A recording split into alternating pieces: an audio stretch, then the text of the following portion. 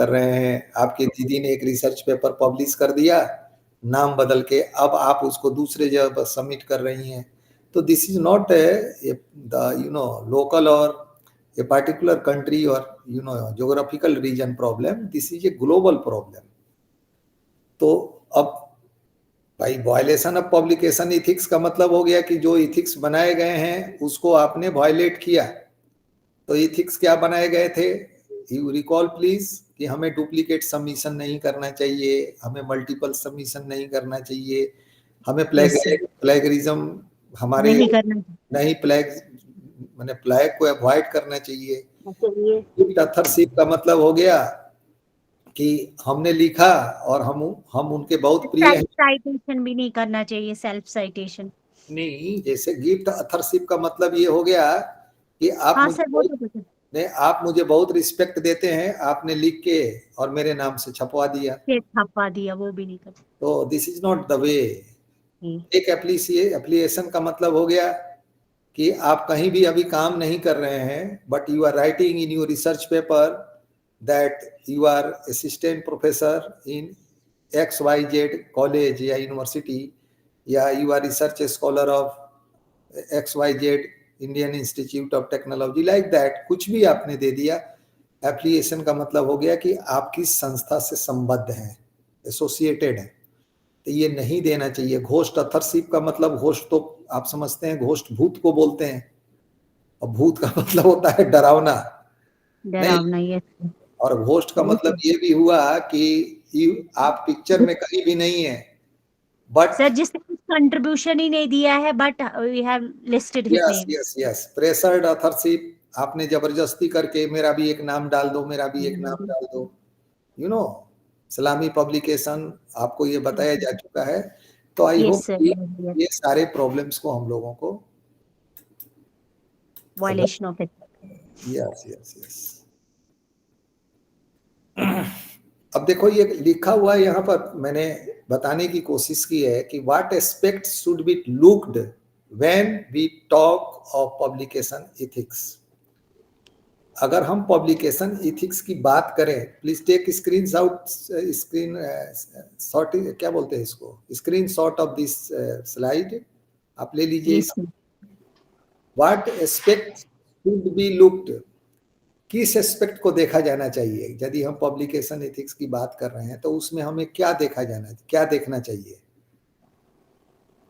भाई अगर मैं आपसे बोलूं कि अगर कोई कपड़ा खरीदने के लिए आप मार्केट में जाते हैं तो आपको क्या देखना चाहिए, पहले तो आपके दिमाग में आता है कि भाई नहीं कि सही कपड़ा है कि नहीं, ब्रांडेड है कि नहीं, ये सब मटेरियल सही है, क्वालिटी, ब्रांड। आजकल नहीं देखते हैं। Firstly there is a thing that is running in the mind of everyone, that is the brand, कि ब्रांड लॉयल्टी, जिसको हम ब्रांड लॉयल्टी भी कहते हैं कभी। यस। तो उसी तरह से पब्लिकेशन एथिक्स की अगर हम बात करें तो हमें किस चीज पर देखना चाहिए, किस चीज क्या हो तो समझा जाएगा कि पब्लिकेशन एथिक्स फॉलो हुआ है।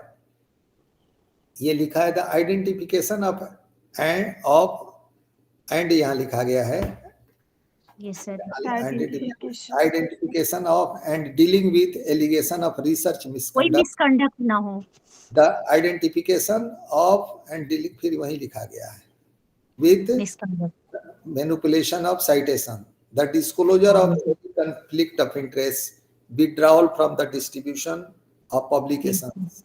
देखा जाना चाहिए कि भाई अगर ये चीजें अगर घटित होती हैं तो ये नहीं हो रही, it should be taken into account। इसमें थोड़ा लैंग्वेज में एरर हो गया है, don't know why। अब ये कह रहा है how do you identify publication misconduct. Publication misconduct को आप कैसे आइडेंटिफाई करते हैं या कर सकेंगे। This is a question that may be before you in your examination, कि आप पब्लिकेशन में मिसकंडक्ट हुआ है, इसको कैसे आइडेंटिफाई करेंगे जब आप सुपरवाइजर बनेंगे, when you will be working as the supervisor after your PhD in your institution. तो how do you will be identify that your scholar has done some misconduct, committed some misconduct in the publication, या आपके जो student आपके under में काम कर रहे हैं, जो डिजेटेशन लिख रहे हैं, उसमें उन्होंने पब्लिकेशन में मिसकंडक्ट किया है, तो क्या कर, कैसे आप आइडेंटिफाई करेंगे? In general, reasonable citation was deemed when the number of overlapping words for a paper with the literature does not exceed 200. इसका मतलब बताओ आप लोग।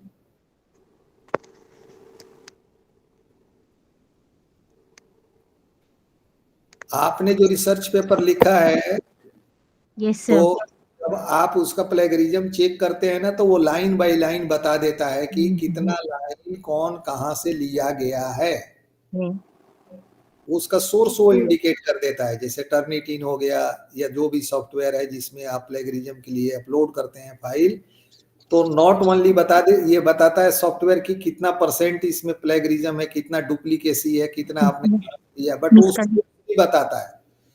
तो उसमें जैसे ये यहाँ लिखा गया है कि when the number of overlapping words for a paper with the literature does not exceeds 200, reasonable, ये रीजनेबल साइटेशन के लिए मतलब 200 से वर्ड अगर एक्सीड नहीं करेगा, तो आपके पेपर्स के, आपके मटेरियल के साइटेशंस होने की संभावना है। साइटेशन का मतलब हो गया कोई अच्छा रिसर्चर आप में से कुछ मटेरियल लेके अपने पेपर में लिख सकता है। आप लोगों में से किसी ने गूगल स्कॉलर पर अपना बनाया है क्या ID, Google scholar? Anyone? No sir. No sir. तो आप लोग अपना एक, आप गूगल स्कॉलर पर आप आईडी को खोलेंगे, और फिर ज्योति विद्यापीठ का आपको, हमको लगता है कि यूजर नेम पासवर्ड कुछ मिला होगा, ईमेल आईडी वगैरह मिला होगा, नहीं मिला होगा तो रिसर्च डिपार्टमेंट से you can collect that and you can, क्योंकि उसमें आपको इंस्टीट्यूशनल ईमेल आईडी से ही गूगल स्कॉलर का क्रेडेंशियल क्रिएट होता है। तो you should create your Google scholar ID, उसमें जो भी आपके रिसर्च पेपर हैं या छपेंगे, जो भी उसके आपके पेटेंट होंगे, या जो भी कंट्रीब्यूशन होगा, बुक चैप्टर, बुक, सबको आप वहाँ अपलोड करेंगे, तो उसको दूसरे लोग अपने रिसर्च पेपर में उसको जब रेफर करेंगे आपके मटेरियल को, तो आपका साइटेशन बढ़ेगा। Yes sir. तो आपसे पूछा जाएगा इंटरव्यू में कि व्हाट इज योर साइटेशन, है ना। ये गलतियां हमसे हुई, मैं व्यक्तिगत रूप से स्वीकार करता हूँ। मैंने कभी दिमाग लगाया नहीं कि मुझे अपना सब रिसर्च पेपर गूगल स्कॉलर पर अपलोड करना चाहिए। तो मैंने 19 और 2021 से मैंने सोचना शुरू किया कि मुझे अपलोड करना चाहिए, इसलिए मेरे साइटेशंस बहुत कम हैं। जैसे जैसे अपने रिसर्च पेपर में उसको इंक्लूड करेंगे, accordingly the citation amount magnitude will be increasing. आपको अभी से शुरू कर देना चाहिए। रिसर्च गेट पर आपको अपना प्रोफाइल बनाना चाहिए। रिसर्च गेट आपको अपना प्रोफाइल एकेडमिया पर बनाना चाहिए, academia.edu उस पर बनाना चाहिए। तो इससे क्या होगा ना, आपकी विजिबिलिटी एकेडमिया में, एकेडमिक सर्किल में बढ़ेगी, और जैसे ही लोग गूगल पर सर्च करेंगे, आपके जो भी कंट्रीब्यूशन है वो आ जाएंगे। I hope listening me. Yes sir. आप लोग इस पर प्रयास करिएगा, ठीक है। वैसे अभी आप जहाँ काम कर रहे हैं उसके उनके भी जो ऑफिशियल ईमेल आईडी है जो आपको मिले होंगे, तो उससे भी आप बना सकते हैं। But better since you are pursuing PhD from this university, so you are suppose to create like research scholar. अगर आप बनाते हैं तो it will be beneficial for you. तो ये कह रहा है, if a significant amount of overlapping text, that is an overlap greater than 5% or a similarity greater than 50% is found, we immediately verify the manuscript is associated with the publication manuscript। 50% से ज्यादा अगर मिल गया plagiarism, immediate ये पता चल जाता है कि इसमें मिसकंडक्ट किया गया है, इसमें पब्लिकेशन एथिक्स का वायलेशन हुआ है। 50% बहुत हो गया, बल्कि अभी तो बहुत सारे यूनिवर्सिटी इंस्टीट्यूशंस जो हैं अगर आपके प्लेगरिज्म का लेवल ये 50% आ जाए तो 1 साल के लिए डिले कर देते हैं कि थीसिस फिर से लिखिए, इतना ज्यादा प्लेगरिज्म कैसे आ गया। इट शुड Yes, नॉट 10% तो ये टॉलरेबल है या एक्सेप्टेबल है। सम केसेस में 20% भी आ सकते हैं, बट 50% बहुत ज्यादा हो गया। और बहुत सारे टेक्स्ट ओवरलैप हो रहे हैं। ओवरलैप का मतलब क्या हुआ, इस हाथ पर इस हाथ का चढ़ जाना। बढ़ जाता है, यानी कॉपी ऑलरेडी कहीं लिखा हुआ है, आपने भी Definitely. लिख दिया, तो ये लाइनिंग उस लाइनिंग के साथ ओवरलैप कर रहा है। बिल्कुल लिटरेचर जो है ना मैच कर, Duplication. तो ये क्या हो गया, आइडेंटिफाई हो गया कि मिसकंडक्ट हुआ है। तो आई hope it is clear. Yes, sir. और मैं चाहूंगा कि आपकी जुबान पर यह रहना चाहिए, top 10 publication ethics tips for authors. ये Top 10 10. आपको हमेशा याद रहना चाहिए। Kajal, Tanu Dixit, Yes, sir. Yes. Please everyone please take screenshot of this page. जी सर, जी sir. Yes, sir. Yes, sir. कहाँ चल, क्या व्हाट हैपेंड?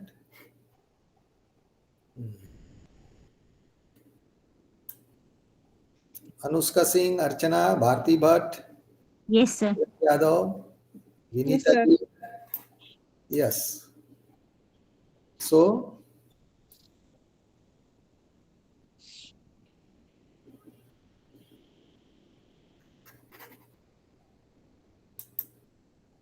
ये क्या हो गया, व्हाट इज हैपनिंग? स्क्रीन पर आप लोगों को भी मल्टीपल फाइल्स दिख रहे हैं? Yes, sir. Yes, sir. sir. Yes, sir. जी सर, जी sir. Just wait, just wait.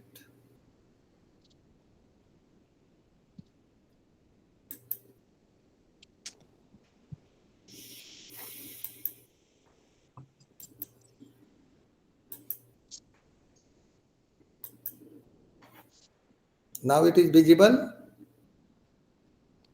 Yes, sir. Yes, sir. Yes. जी सर। ये देखिए, top Yes, sir. Publication ethics author के लिए आप अगर रिसर्च पेपर लिख रहे हैं तो you are the author. Declare to your chosen journal that your manuscript is not published elsewhere. आप डिक्लेरेशन दीजिए, जब भी मेल लिखिए किसी जर्नल को, आप रिसर्च पेपर लिखिए, उसमें साफ साफ मेल के इनबॉक्स में लिखिए कि मैं जिस मैन्युस्क्रिप्ट को, जिस पांडुलिपि को पब्लिकेशन के लिए भेज रही हूं या भेज रहा हूं, इसको मैंने किसी दूसरे जर्नल को नहीं भेजा है। भेजा है। Yes, I have not shared this manuscript anywhere rather than you for the purpose of publication. Any other publication. Declaration any conflict of interest, अगर कोई कंफ्लिक्ट है उसको अभी ही डिक्लेयर कर दीजिए। Yes, sir. राइट, ये रिसर्च पेपर मेरा है, लेकिन someone are trying to claim that कि उन्होंने इसमें काम किया है, ऐसे है, जबकि ये बात नहीं है। तो इसके पहले वो वहां पर लिखें या कंप्लेन करें या आगे कोई मामला लीगल हो, इससे बेहतर होगा, क्योंकि everyone has their own intellectual property. सबका अपना इंटेलेक्चुअल प्रॉपर्टी राइट है। Idea. I have already suggested everyone that कि कभी टाइम मिले तो आप थोड़ा IPR एक्ट पढ़ लीजिए। You are research scholar, you are supposed to learn more and more things. तो conflict of interest means protection of IPR. Check all co-author meet criteria for authorship, ensure appropriate acknowledgement Acknowledgement. Yes. manuscript। मैंने कल ही discuss किया था कि acknowledgement में हम appropriate सब किसी को Yes, sir. हर Yes. किसी ऑथर को, हाँ, हर किसी कंट्रीब्यूटर का नाम होना चाहिए। Include appropriate funding statement in manuscript. अगर ज्योति विद्यापीठ ने आपको कोई फंड दिया है या कोई दूसरी एजेंसी ने आपको इस रिसर्च को कंडक्ट करने के लिए दिया है, या आपको फेलोशिप कोई आपका रिलेशन से, फ्रेंड से, एनजीओ से, गवर्नमेंट से, कहीं से भी मिला है आपके रिसर्च को कंडक्ट करने के लिए, तो आपको Should be listed in the. Share, right. Yes, sir. So informed consent and provide assurance that the participants' rights are protected। जो लोग भी इसमें हैं सबके राइट को हमने प्रोटेक्ट करने का कोशिश किया है, हमने किसी के भी राइट को वायलेट नहीं किया है। ये भी आप और हमने सब किसी से कंसेंट ले लिया है। अगर कहीं एनिमल से रिलेटेड या कोई दूसरा बॉडी है जो इथिकल कमिटी जहाँ पर चल रही है कि भाई जैसे हर जगह का कोई आप अगर गार्डन में जाते हैं या कोई सपोज करिए आपको VTR है, वाल्मीकि टाइगर प्रोजेक्ट, अगर कोई इन्वायरमेंट से रिलेटेड किसी का या ज्योग्राफी से रिलेटेड कोई रिसर्च है या जूलॉजी बॉटनी से रिलेटेड है, तो उसके लिए वहाँ पर जाने के लिए आपके सम वहाँ पर इथिकल कमिटी है, उसके कुछ गाइडलाइंस है कि हमें क्या तोड़ना है, किसको काटना है, कौन एक्सपेरिमेंट करना है, कौन नहीं करना है, किससे जो एनिमल्स हैं या जो बर्ड्स हैं या जो वहाँ के जानवर हैं, पशु हैं, उनकी क्षति हो सकती है, तो हम ऐसा नहीं करेंगे। हमने सबका कंसेंट लिया है। Yes sir. क्लिनिकल ट्रायल अगर कुछ करना है तो भाई ये रजिस्टर्ड है उस संस्था से जो इसके लिए परमिट करती है। Explain how research using animals is conducted responsibly, लिख दिया ना यहाँ। कि अगर कोई एनिमल है, भाई पहले का दौर खत्म हो गया कि चूहा को काटो और चूहा पर ये एक्सपेरिमेंट करो, ये करो। अब बहुत सारे इसके लिए गाइडलाइंस आ गए हैं कि आपको क्या करना है Yes, sir. एनिमल्स। प्रोहिबिशन भी आया है उन पर। Be alert to bias and follow guidelines for accurate and complete reporting of research. Inform Yes, sir. the journal if you are subsequently find errors in your research. अगर आप बार बार आप research कर रहे हैं और आपके फाइंडिंग्स में एरर्स आ रहे हैं, तो ये बात आप जर्नल्स को बताइए। वो आपको सजेस्ट कर सकते हैं, अपने रिव्यूअर को बोल सकते हैं, या वो आपको कुछ गाइडलाइन देंगे कि आपको किस तरह से इस प्रोसीड करना है, सो दैट कि आप भी प्रोटेक्ट रहें और जर्नल भी प्रोटेक्टेड रहे। Sign a copyright agreement. आपसे आपके पब्लिकेशन का कॉपीराइट कोई भी नहीं ले सकता है, for your kind information. In no case nobody can take your copyright. हाँ जी, आपने कुछ लिख लिया और किसी ने कनपट्टी पर जबरदस्ती पिस्टल रखा के कह दिया कि इस पर साइन करिए, कि कॉपीराइट हम आपको दे रहे हैं। It is not possible. जो आपने लिखा है दैट इज योर प्रॉपर्टी। तो जनरली होता है क्या, आजकल जो पैसा लेके जर्नल आपके पेपर को पब्लिश करते हैं, वो कॉपीराइट पर साइन करा लेते हैं कि इस जर्नल इस पेपर का कॉपीराइट जर्नल के पास है, एडिटर के पास है, ऑथर के पास नहीं है, रिसर्चर के पास बस नहीं। तो this is unethical, commitment, unethical, क्या कहेंगे, मैंने एक्टिविटी और behave of the author, editors और editorial board of the journal. No journal is allowed to take your copyright. जब आपको वो कॉपीराइट फॉर्म देते हैं, तो आप जब आपका पेपर जैसे ही एक्सेप्ट होता है पब्लिकेशन के लिए, तो वहां से कॉपीराइट फॉर्म आपके पास मेल पर भेजा जाता है कि आप इसको भर के भेजिए। फिर वो भी उस पर साइन करके आपको देते हैं कि your copyright is reserve to you. See लिख के वहां सी और सी को क्या सर्किल में घेर दिया, सी लिख दिया, सर्किल में घेर दिया, वहां आपका नाम लिख दिया, मतलब कॉपीराइट आपके पास है। फॉर एग्जाम्पल, फेसबुक पर आपने कोई एक कविता लिखी 4 लाइन की और नीचे ब्रैकेट में मैंने सर्किल बना के उसमें सी लिख के अपना नाम लिख दिया। उस पोएम को कोई भी व्यक्ति फेसबुक पर शेयर नहीं कर सकता है विदाउट योर परमिशन, और वो कहीं कॉपी पेस्ट नहीं कर सकता है, क्योंकि उसका कॉपीराइट आ गया। तो you should if you are a good researcher or if you are claiming that you are following good publication ethics, तो हम आपसे पूछ सकते हैं कौन कौन गुड पब्लिकेशन एथिक्स हो सकते हैं। तो आप ये 10 गिना देना। देखो तो 10 है क्या, ये 10 है क्या, ये 11 है, कितने हैं? 10 सर। 10। तो एक बार आप एक एक करके मुझे बता सकते हैं कि कौन बेस्ट प्रैक्टिस हो सकता है, गुड प्रैक्टिस हो सकता है। बताइए वन बाय वन, एनीवन। पहला क्या होगा जी? Yes Archana, you tell me what is the first point? Archana is connected. जैसे हमने पूछा, एक दो लोग तुरंत फटाफट छोड़ दिए, मीटिंग छोड़ के बाद। Archana you are connected? Vinita ji you are connected? Not connected. तो कनेक्टेड कौन कौन है जी? ये तो सबका नाम यस सर। आप अपना नाम बताइए। जी सर, काजल यादव। काजल, क्या ये फर्स्ट पॉइंट क्या कह रहा है? सर आपने भी इसको एक्सप्लेन किया ना कि अगर हम yes yes, one by one इसको बताइए, आपने क्या समझा है 10 पॉइंट से, बताइए प्लीज। पूरे 10 पॉइंट्स। नहीं, एक कोई दो बताओ, मैं समझ जाऊंगा आपने समझा कि नहीं। हाँ सर, जैसे आपने कहा कि अगर हम जैसे कॉपीराइट अगर हमारा कोई पब्लिश है तो कोई और उसे कॉपी नहीं कर सकता है, क्योंकि हमारा उस पर कॉपीराइट होता है, उसको लेना पड़ेगा।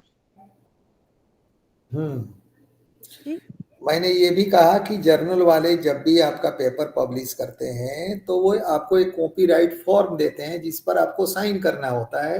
आपको ये देखना है कि कॉपीराइट कहीं वो आपसे मांग तो नहीं रहे हैं, मैंने ये कहा। पूरा सुनिए आप लोग। जी सर।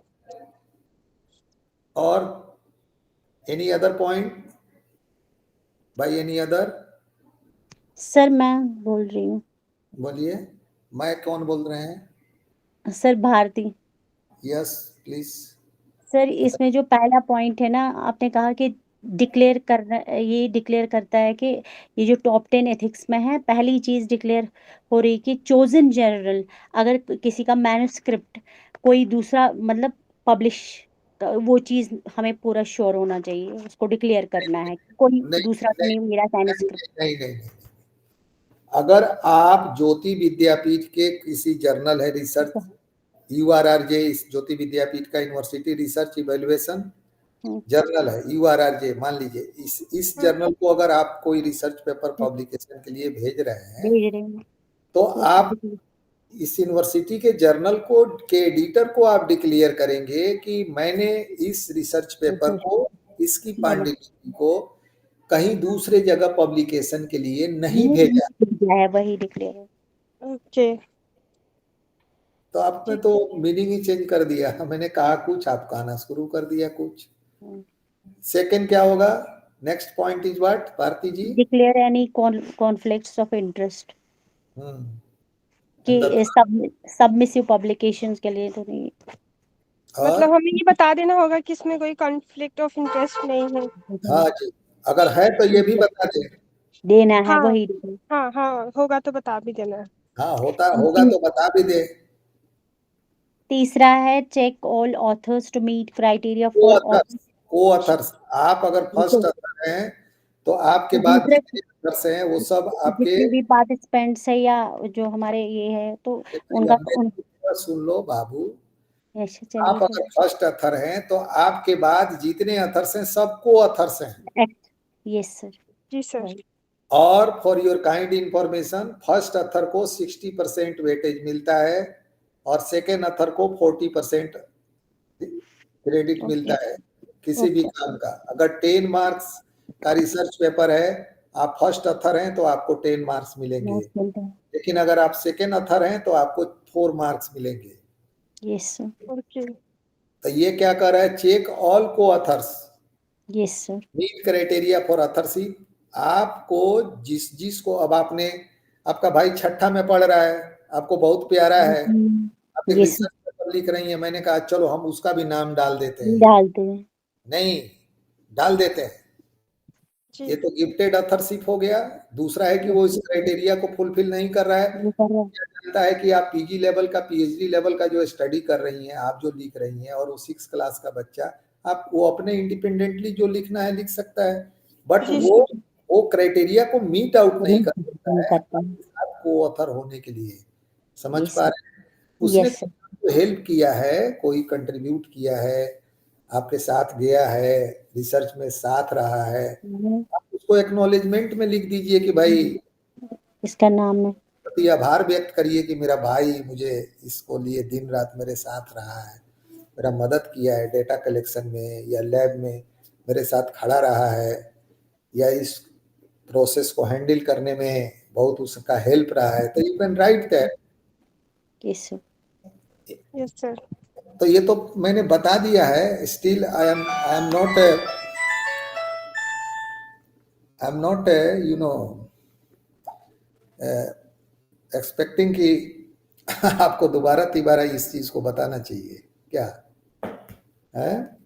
सर एक्चुअली ना ये सब एकदम न्यू लग रहा है, जैसे न्यू टर्म्स सुन रहे हैं, तो ना थोड़ा सा जब तक एक दो बार नहीं पढ़ रहे ना, रीड नहीं कर रहे, समझ नहीं आ रहा।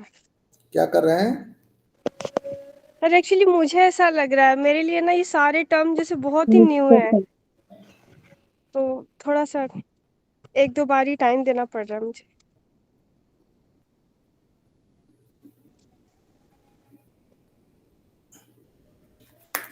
क्या बोले बेटा, एक बार फिर से बोलिए।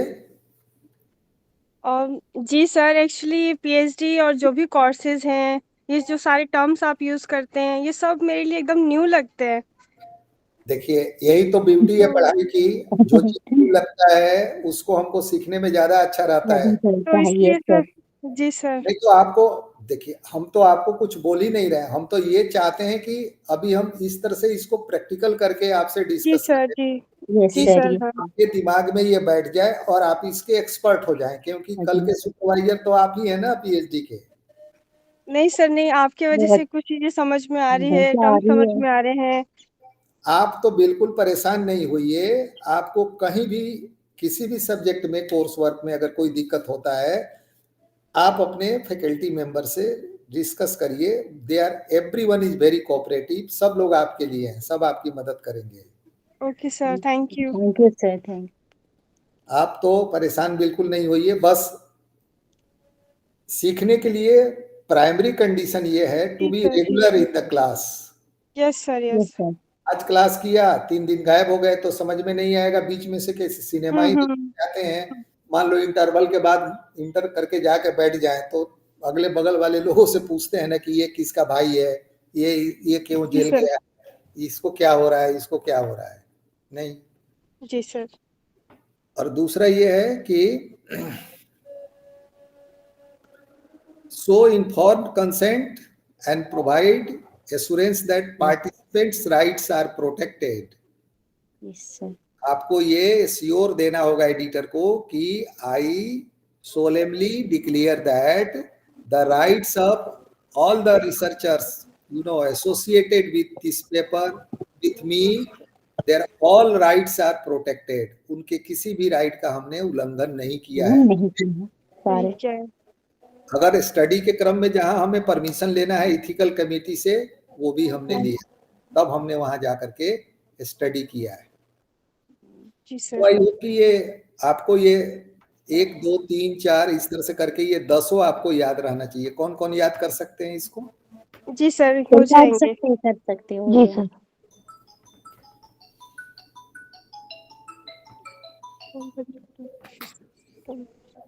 राइट।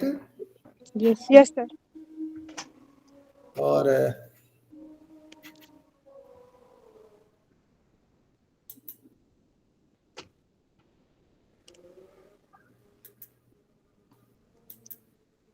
जस्ट वेट,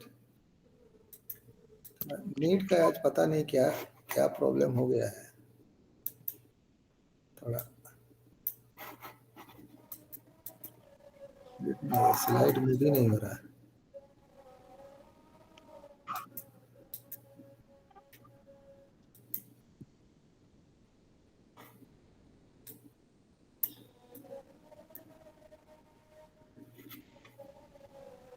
चलो मैं अभी स्लाइड को स्टॉप कर रहा हूं। Okay sir. Now you tell me the next point of your syllabus. Unit 2 में देखिए तो पहला पॉइंट क्या है? What is the first point in unit 2?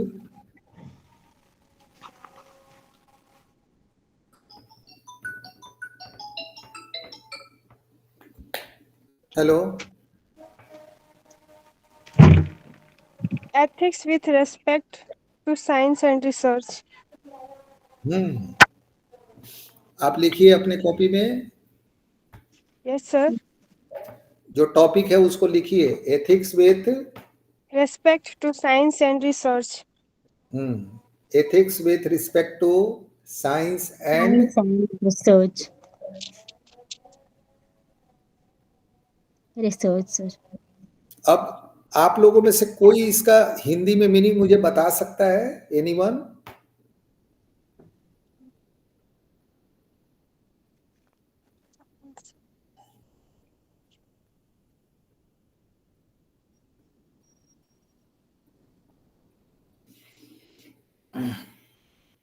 बता सकते हैं?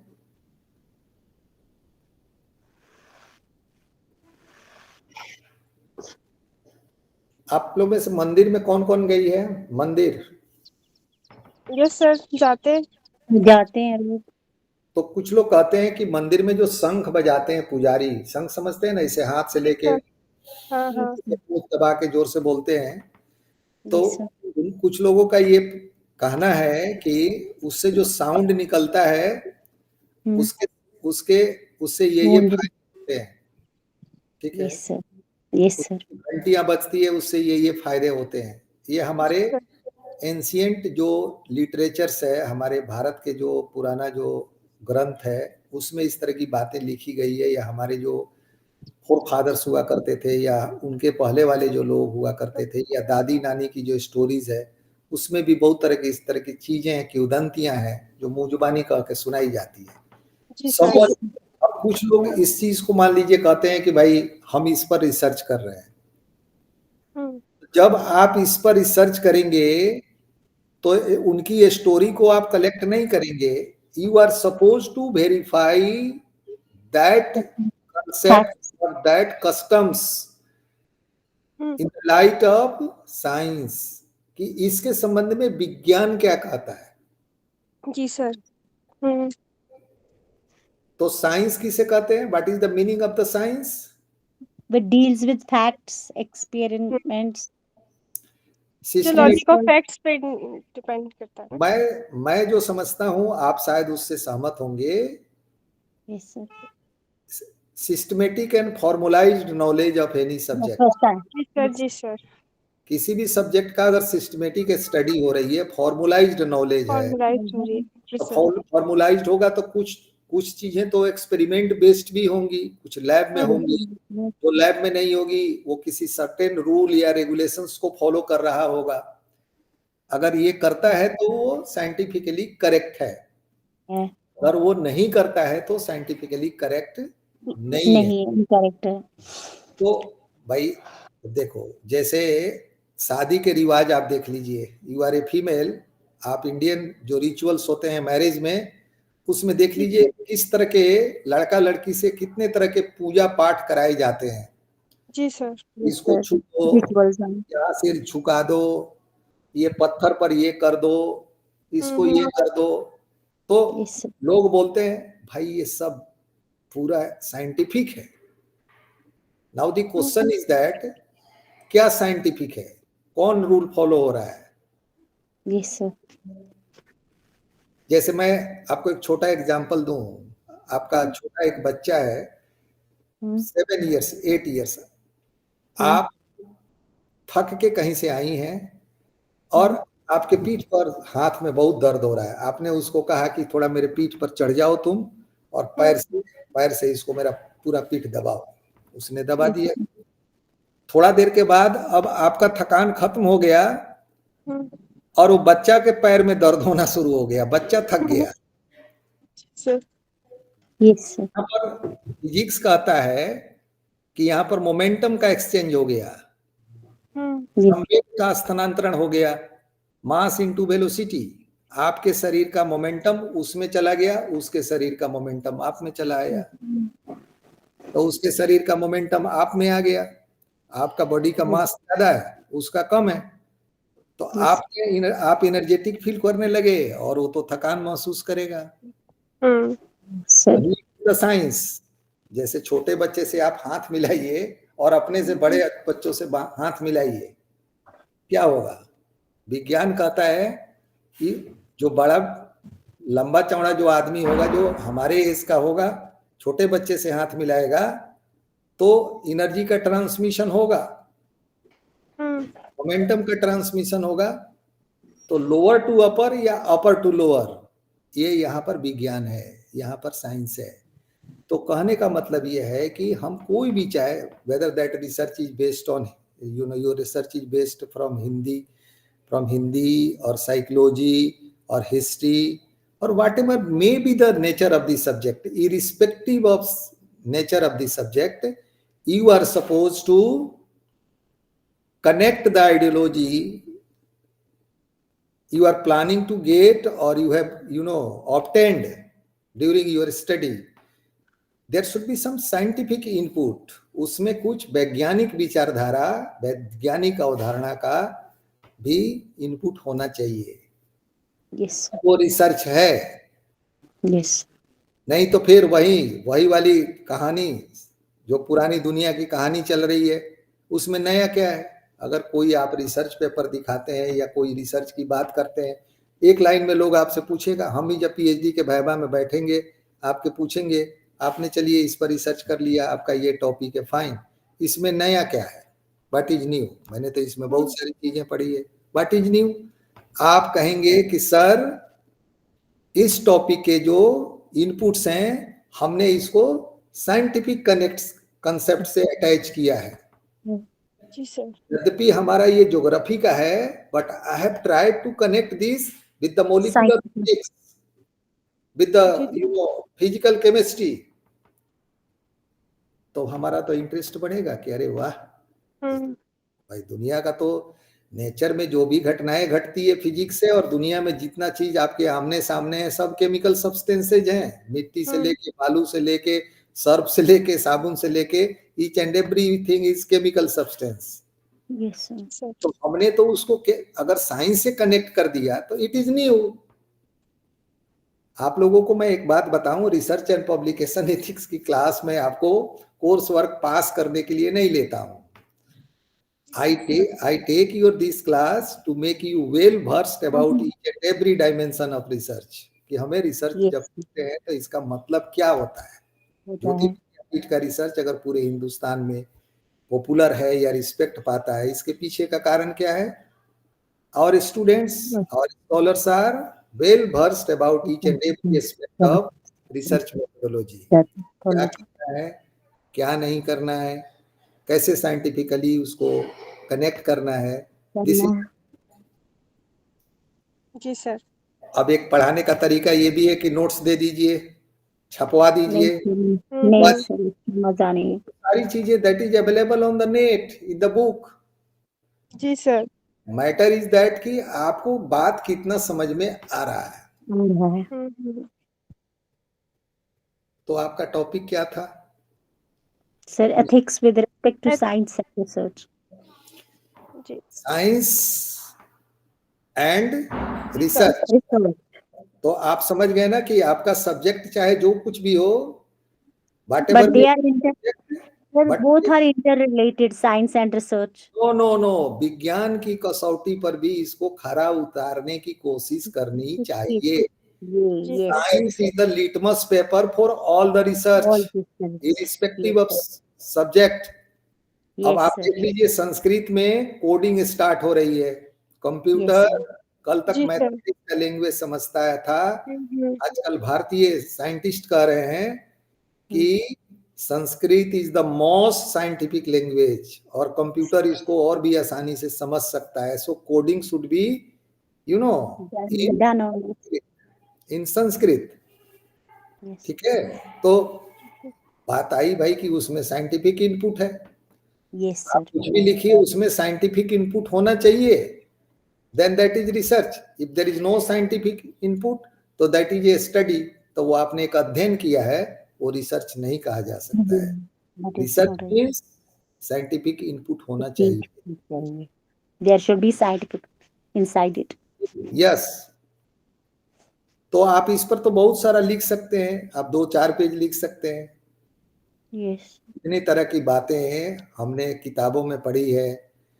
नहीं, अब जी एक आदमी की भाई एक आदमी ने मुझसे कहा कि गांव के लोगों को, है ना, यस ट्यूबरक्लोसिस की बीमारी बहुत होती है, होती यस थी सर तो बहुत कम होती है, बहुत होती थी 80 के दशक में, 70 के दशक में, अब नहीं होती है या अब ज्यादा होती है। मैंने कहा कितने लोग का आपने स्टडी किया? एक गांव में in a certain village there are 400 residents, 400 लोग रहते हैं वहां पर। यस सर उसमें से 10 ऐसे लोग हैं जो बकरी पालन का काम करते हैं, गोट। आई जी अंडरस्टैंड। सर, जी सर, जी सर। तो गोट जो बकरी पालन का काम करते हैं, बकरी को चरा के लाते हैं और बकरी के साथ ही वो उसी रूम में रहते हैं जिसमें बकरी भी है, because they are poorer. Yes sir तो साइंस कहता है, अब पता नहीं इसमें क्या साइंस है, कि इनको ट्यूबरक्लोसिस की बीमारी नहीं होती है। ओह माय इस तरह गॉड से अब लोग कह रहे हैं कि भाई गाय जो है that is the single animal जो कार्बन डाइऑक्साइड को इनहेल कर जाती है, निगलती है। अगर हमारे दरवाजे पर अगर रहे गाय, तो जिस तरह से पेड़ कार्बन डाइऑक्साइड को ले लेता है, उसी तरह से गाय ले लेगी एब्जॉर्ब कार्बन करते डाइऑक्साइड। वो इनहेल्स तो अब now the question is that इस तरह के लॉजिक का साइंटिफिक बेस क्या है? This is the question. Means our research should be tested on the scale, on the parameters of science. Science तो आप समझ गए होंगे कि रिसर्च जो है वो उसका विद जो रेस्पेक्ट वो साइंस एंड ये सब चीजों से कैसे कनेक्ट होंगे। There are so many aspect of dealing with this topic, and I hope कि आप लोग अब थोड़ा सा इस डायरेक्शन में अब आप सोचना शुरू करेंगे। जी जी सर, आज करेंगे। Then you will be finding so many facts. ठीक है, कि सब चीज में आजकल एक और भी चला हुआ है बीमारी, देखिएगा क्या, फेसबुक पर ज्यादा चलता है, सोशल मीडिया पर ज्यादा चलता है। कोई भी बात लिख दीजिए, नीचे लिख दीजिए प्रेमचंद, कोई भी बात लिख दीजिए, नीचे लिख दीजिए एपीजे अब्दुल कलाम, कोई भी बात लिख दीजिए, नीचे लिख दीजिए महात्मा गांधी। जी सर। उसी तरह से कोई भी बात लिख दीजिए, नीचे लिख दीजिए अल्बर्ट आइंस्टीन। तो बिना सोचे सोशल मीडिया पर ये इस तरह के प्रोपेगेंडा क्रिएट हो रहे हैं। अभी मशीन लर्निंग पर हम लोग का एक पेपर आया है प्रोपेगेंडा डिटेक्शन के लिए कि कैसे करते हैं। तो इस तरह के प्रोपेगेंडा को साइंटिफिकली कैसे हम डिटेक्ट करें, this is the matter, this is the matter.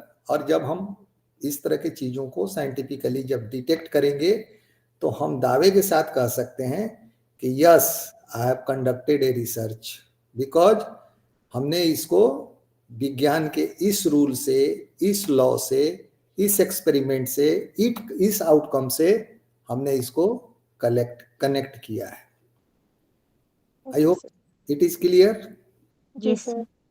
तो आप लोग इसको लिख सकते हैं। सर हाँ बोलिए। सर, ये अभी ethics with respect to science and research है ना, इसको जब ऐसे मैंने सोचा कि मतलब पढ़ूंगी आज, तो मैंने सर्च किया गूगल पे। इसमें क्या आ रहा है, strive for honesty in all scientific communications. मतलब देखिए गूगल पर जितनी चीजें हैं, अगर वो सब कुछ सही है तो फिर हमारी क्या हो सकता है, आपकी क्या हो सकता है?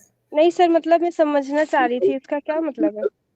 वो तो ये कह रहा है कि जितने साइंटिफिक कम्युनिटी है सबको आप इन्फॉर्म कर दीजिए। अब साइंटिफिक कम्युनिटी तो इसरो में साइंटिफिक कम्युनिटी है, डीआरडीओ में साइंटिफिक कम्युनिटी है, साइंस एसोसिएशन ऑफ जो, जैसे आपको एक एग्जांपल दूं, आप किस सब्जेक्ट के हैं Kajal ji? Geography. The Indian association of geographist, उसके आप लोगों के ज्योग्राफी वाले लोगों के लिए भी एक संस्था है, पूरे भारत के सारे ज्योग्राफी वाले उसके मेंबर हैं। ज्योग्राफी की सोसाइटी है, उसके लोग मेंबर हैं। तो ये इसके कहने का मतलब है कि उसकी जो सोसाइटी है, उसकी जो बॉडी है, उसको आप इन्फॉर्म करिए। That is another ethics. वो तो जब आपकी पीएचडी की डिग्री मिल जाएगी, मान लीजिए आप कहाँ से हैं काजल जी? मैं सर एक्चुअली राजस्थान पटना दोनों जगह से। राजस्थान और पटना का तो मैं हूँ, आप कहाँ से पटना का आ गए? जी सर, मैं राजस्थान मायका है, पटना ससुराल है। ओहो हो, पटना जी ससुराल। सर। राइट राइट राइट, चलिए कोई बात नहीं है। तो राजस्थान में ही मान लीजिए आप ये अपना क्या बोलते हैं, जहाँ यहाँ बहुत गर्मी पड़ती है और जहाँ पर ये आर्मी का बीकानेर, बाड़मेर। बाड़मेर, हाँ जैसलमेर, वहाँ बाड़मेर ये। वहाँ के मान लीजिए सर्टेन एरिया जो है, वहाँ के सैंड का किसी तरह के ज्योग्राफिकल स्टडी आप कर रही हैं। अब जी सर। उसके जो रिजल्ट्स आएंगे तो हो सकता है कि एक नया साइंटिफिक आपका स्टडी होगा ज्योग्राफी में। तो मान लीजिए, सपोज करिए कि आप वही स्टडी कर रहे हैं, तो आप अपने सारे उस बॉडी को इन्फॉर्म करिए या उनके जो स्टडी है उसको लीजिए और उसको अपने पेपर में साइटेड कीजिए कि आपका एसोसिएशन इस पर क्या स्टडी किया है, आपके जो ज्योग्राफी के साइंटिस्ट हैं उन्होंने इस पर क्या स्टडी किया, उनको कम्युनिकेट कर दीजिए। That is different thing. मैंने ये कहा कि रिसर्च को साइंस के पैरामीटर्स पर वेरीफाई करें। पैरामीटर्स पे वेरीफाई करना है। जी सर। यस, वो रिसर्च वो हो गया ethics with research and science. Research and science. हाँ जी। तो वो जो गूगल पर जो, जैसे मैं अपनी मेरा शोभालाल नाम डाल करके गूगल पर सर्च करिएगा, मेरे भी बहुत सारे कंसेप्ट आएंगे, लेकिन मेरे कंसेप्ट को सब आदमी माने ये जरूरी नहीं है, उसमें आपके भी कंसेप्ट हो सकते हैं। That may not be, the concept of a individual may not be universal, but आप वो भी लिख लीजिए, मैंने जो कहा ये भी लिखिए। जी सर। तो आई थैंक यू। कि आप लोगों का आज 2-4 टॉपिक डिस्कस हो गया। कौन कौन टॉपिक डिस्कस हुआ? एक तो 10 standard parameters for good publication ethics, एक तो ये हुआ। हाँ जी सर। दूसरा क्या था जो शुरू में हमने डिस्कस किया था? Violation of ethics. वायलेशन। तीसरा ऑफ एथिक्स। तीसरा है ethics with respect to science and research. तो आप लोग नोट्स बनाएंगे और कल मुझसे डिस्कस करेंगे। It is the task of Archana and Kajal की आप हमें ये बताएंगे, Bharti ji, Akanksha Yadav, each and everyone, Anushka Singh, Tanu Dixit, के ethics with research, science and research. जी सर। इस पर आप एक नोट्स बना के लाएंगे। बाकी का तो आपने स्क्रीनशॉट ले लिया है, उसको तो आप करेंगे। इसका हमने आपको, चूंकि थोड़ा आज पीपीटी शेयरिंग में लास्ट में थोड़ा प्रॉब्लम आ गया, इसलिए मैंने हटा के आपको ऐसे ही डिस्कस करना शुरू कर दिया। तो in the next class tomorrow, week में हमारी 3 क्लासेज होती है। Again I am going to connect you tomorrow, तो कल हम फिर बाकी का डिस्कस कर लेंगे। Okay, thank you sir. कुछ आज की पढ़ाई समझ में आई? Yes sir. बाकी सब्जेक्ट की क्लासेस चल रही है? यस सर, आज WRL चल रही, वुमेन लॉ। ओनली वहीं? ओनली वही। अब कह रहे कल से साइबर सिक्योरिटी सर भी आएंगे। बाकी सब्जेक्ट की नहीं हो रही है? बाकी सब्जेक्ट वो रिसर्च मेथोडोलॉजी, पिछले हफ्ते तो कुछ नहीं हुआ, तीनों क्लासेस नहीं हुई, न कंप्यूटर एप्लीकेशन। अच्छा अच्छा अच्छा। तो आपकी जो क्लासेज नहीं होती है उसको आप ग्रुप में लिखिए। Yes sir. Okay sir. You right कि आपकी दिन भर में कौन कौन क्लासेज नहीं हुई। This is not proper. University will ask to the person concern that why they are not taking classes according to the timetable, where are they and what they are doing. Yes sir. Yes sir. University तो हमको लगता नहीं है किसी को बोली होगी कि आप क्लास मत लीजिए। It is not like that.